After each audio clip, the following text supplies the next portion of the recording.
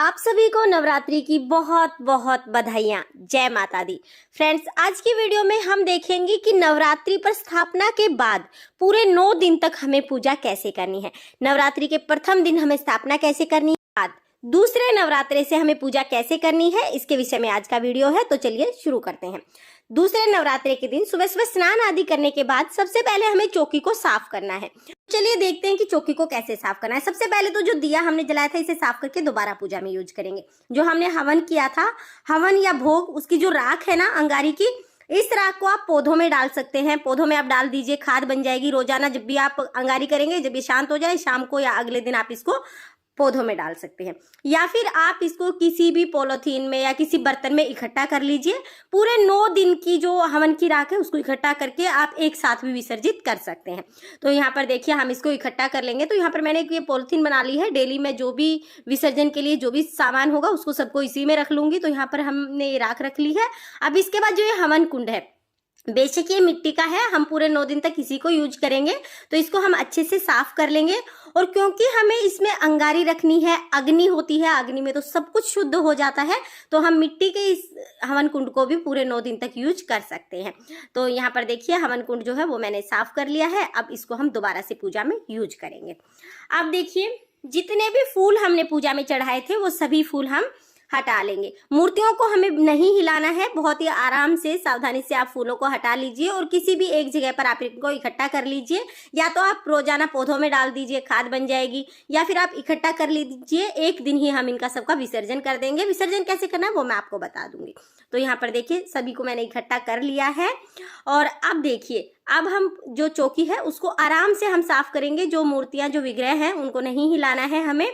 इसके बाद जो दक्षिणा है वो रखी रहेगी पूरे 9 दिन तक। श्रृंगार का सामान भी रखा रहेगा, कलश, माता की मूर्ति, गणेश जी, इन सबको हम नहीं छेड़ेंगे। इस तरह से हम चौकी को साफ कर लेंगे। अब हम पूजा शुरू करेंगे। तो पूजा में सभी को स्नान करा देंगे। सबसे पहले भाव रूप में जल के छींटे लगाकर स्नान करा देंगे। उसके बाद हम घी का दिया जलाएंगे। दिया हमने जला लिया है।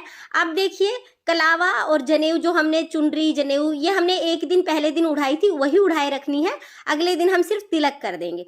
तो यहाँ पर देखिए हम रोली से तिलक कर देंगे। गणेश जी को, कलश को, माता रानी को, माता के शेर को, दिए को, सभी को हम यहाँ पर रोली से तिलक कर देंगे।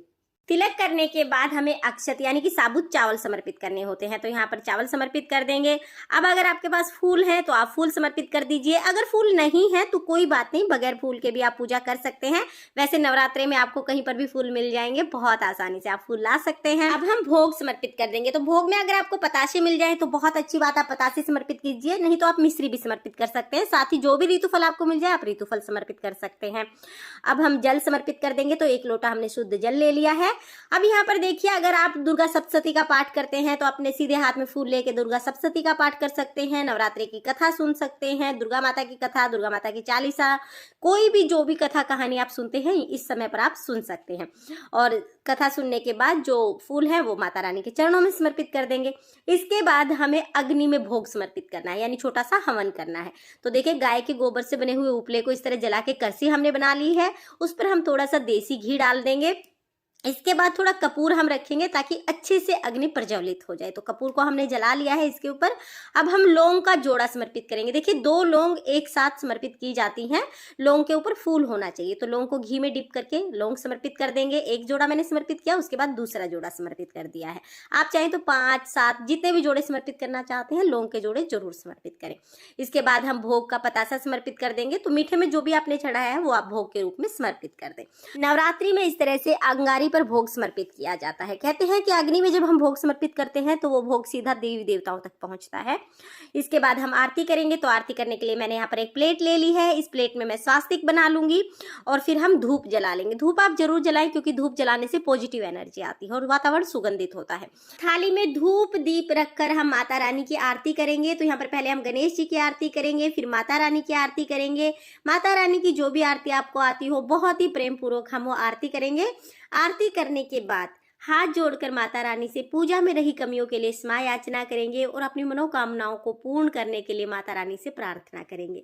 इस तरह से हमें पूजा करनी है। चवारे में आप थोड़ा सा जल जरूर सींच दें, बहुत ज्यादा जल नहीं सींचना है, थोड़ा थोड़ा जल सींचना है। पहले 2-3 दिन हल्के छींटे से आप जल के लगा दें तो ऐसे हमें जवारे सींचने हैं। उसके बाद हाथ में थोड़ा सा जल लेकर और फिर जो हमने भोग लगाया था, जो अंगारी की थी, उसके ऊपर से हम जलवार देंगे। इस तरह से हमारी पूजा पूर्ण हो जाएगी। पूजा के बाद घर में सभी को आरती जरूर दें आप।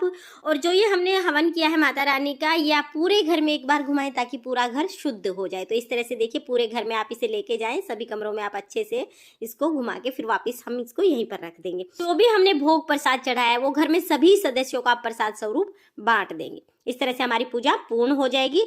नवरात्रि में पूरे 9 दिन तक अब हमें इसी तरह से पूजा करनी है। विसर्जन कैसे करना है ये सभी वीडियोज आपको आगे मिल जाएंगे। तो फ्रेंड्स, अगर ये वीडियो आपको पसंद आया हो, वीडियो अगर आपके लिए थोड़ा बहुत भी यूजफुल हो, तो प्लीज वीडियो को लाइक कर देना। और हम महिलाएं घर में तीज त्योहार कैसे करते हैं ये देखने के लिए मेरे चैनल को सब्सक्राइब कर लेना। ये नवरात्रि आप सभी के लिए मंगलमय हो और माँ भगवती की कृपा आप सभी के परिवार पर बनी रहे। फिर मिलते हैं किसी और वीडियो के साथ, तब तक के लिए जय माता दी, राधे राधे।